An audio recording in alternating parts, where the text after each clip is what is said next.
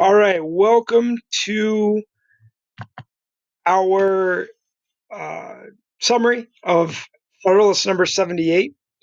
Okay, we are talking today about Federalist number 78, and the point of contention here is the judiciary branch.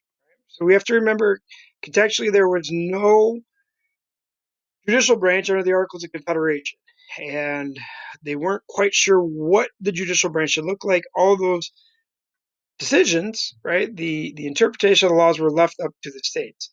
So this is going to be the creation of the judicial branch in Article 3.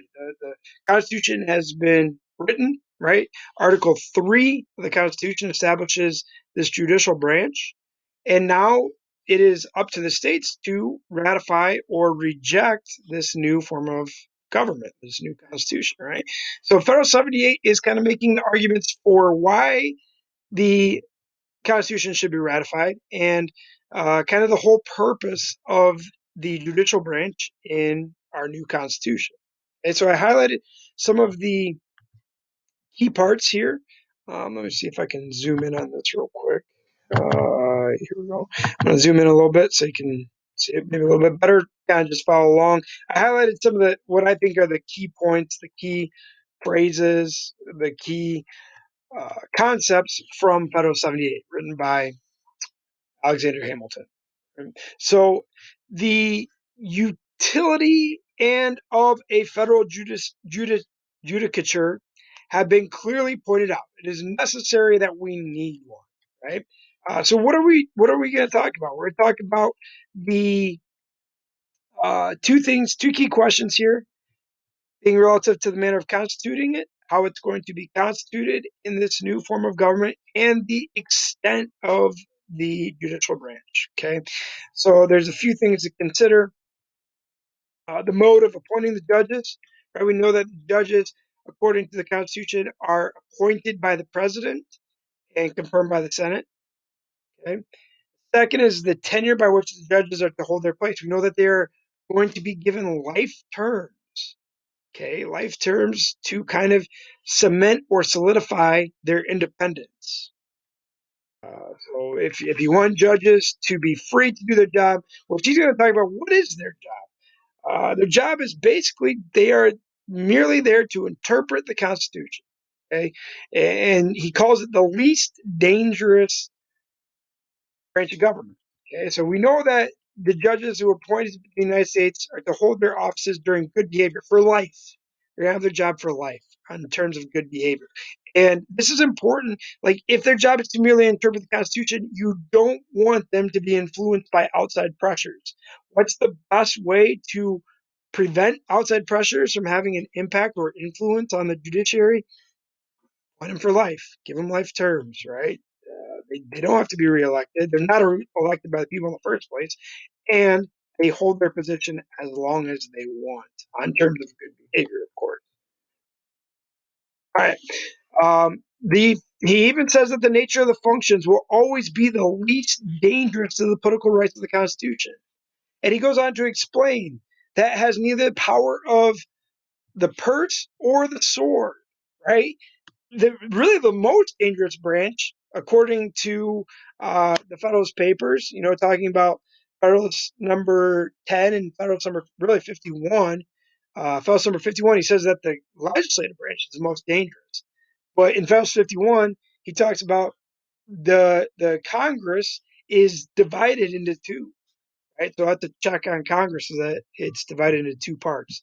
The judiciary is going to be the least dangerous because they have neither the power of the purse, power to tax, right, which is given to Congress, or the power over the military, which is given to the president. Right? Neither force nor will. They cannot impart their will. They cannot impart their desires on the Constitution. Their job is to merely just interpret the Constitution. So if we move down here, second page. So long as the judiciary remains truly distinct from both the legislature and the executive. Okay? Their job is to interpret the Constitution, so therefore they should not have influence from either. They should be independent, right? Independent from political pressure. Okay, it proves in the last place that as liberty can have nothing to fear from the judiciary alone. As long as the judiciary is independent, our freedoms are going to be protected. Their main job is to interpret the Constitution. And nothing can contribute so much to its firmness and independence as permanency in office. So you kind of talked about that earlier, right? That their terms are for life with good behavior. Permanency in office is necessary to allowing judges to do their job, to merely interpret the Constitution, interpret the Constitution in their understanding without outside political influences. And then now he goes on to talk about judicial review, right? Their job is to interpret the Constitution and that they can declare acts of Congress, acts contrary to the manifest tenor of the Constitution, void. They can strike down actions of the legislature and actions of the executive, right? Judicial review, key component of the judicial branch. No legislative act, therefore, contrary to the Constitution, can be valid. It'll be struck down by the Supreme Court, by the interpretation of the Supreme Court, right? Courts were designed to be an intermediate body between the people and the legislature in order, among other things, to keep the latter, the legislature, within the limits assigned to their authority, right? It is a check. It's a good check on the legislative. Um, we know the thought is that the legislature is the most dangerous branch, most powerful branch, so it's a good check on the legislature. The Constitution, in fact, must be regarded by the judges as fundamental law. This is the highest court, right? So, how do the courts make their decisions? Based on stare decisis, based on previous court decisions. And that's kind of what he's going into here. The Constitution ought to be preferred to the statute, the law, right? The laws, the intention of the people to be the people to the interpretation of their agents. So, nor does it, and he goes on to say, nor does this conclusion by any means suppose a superiority of the judicial to the legislative branch. Right? It's a attack on the legislative branch. It is the Constitution is the highest law of the land. They're there to interpret it. It doesn't mean that the judiciary is any more important than the legislative. That's not true, right? But the judicial branch is there to check the powers of the legislative branch through judicial review. The rule which has obtained in the courts for determining their relative validity is that the last in order of time shall be preferred to the first. But this is a mere rule of construction, not derived from any positive law, but from the nature and reason of the thing.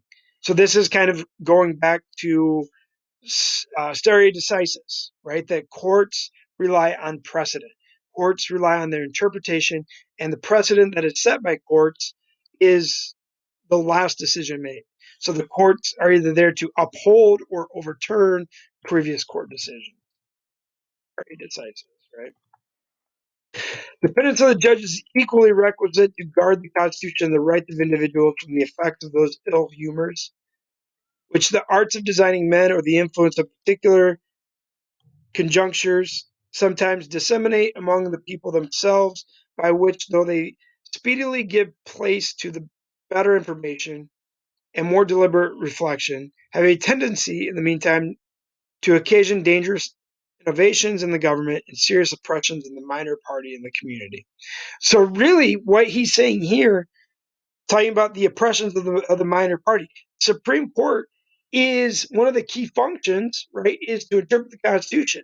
Therefore, they are also there to help protect against the majority rule, right? Their job is to interpret the Constitution and as it applies to minority parties, minority factions, as we've seen before in Federalist 10, right? Um, but their job is to interpret the Constitution and to prevent those oppressions, to prevent the majority from overtaking the minorities by ruling on their interpretation of the Constitution. Okay. Going on. So we have judicial review, right? We have the permanency, the independence of the court, and the main function of the court. The main function of the court is there to interpret the Constitution, neither force nor will, neither power, the sword, or the purse.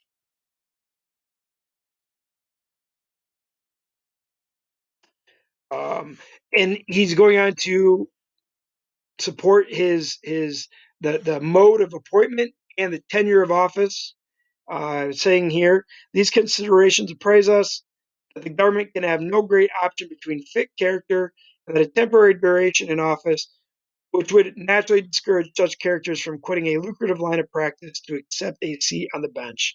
What he's saying is, if you want to attract the best candidates, if you want to attract fit characters for the position, right, give them lifetime appointments. Let them serve for life. Uh, they don't have any real responsibility to the people. They're free from political pressures. They're free from public opinion, right? And by doing so, you're going to attract the best qualified candidates for that position. So Article 78, right, talking about the judicial review, right, the power of the court to interpret the Constitution, talking about the independence of the courts, permanency. They're appointed by the president, not elected by the people. They serve for life. These lifetime appointments are very important, not only for allowing them to do their position, to do their job well, but also to attracting good, qualified judges. So hopefully that makes sense. Keep studying, keep preparing. Um, you guys are doing great. So hopefully this clears up Federalist number 78. Thanks.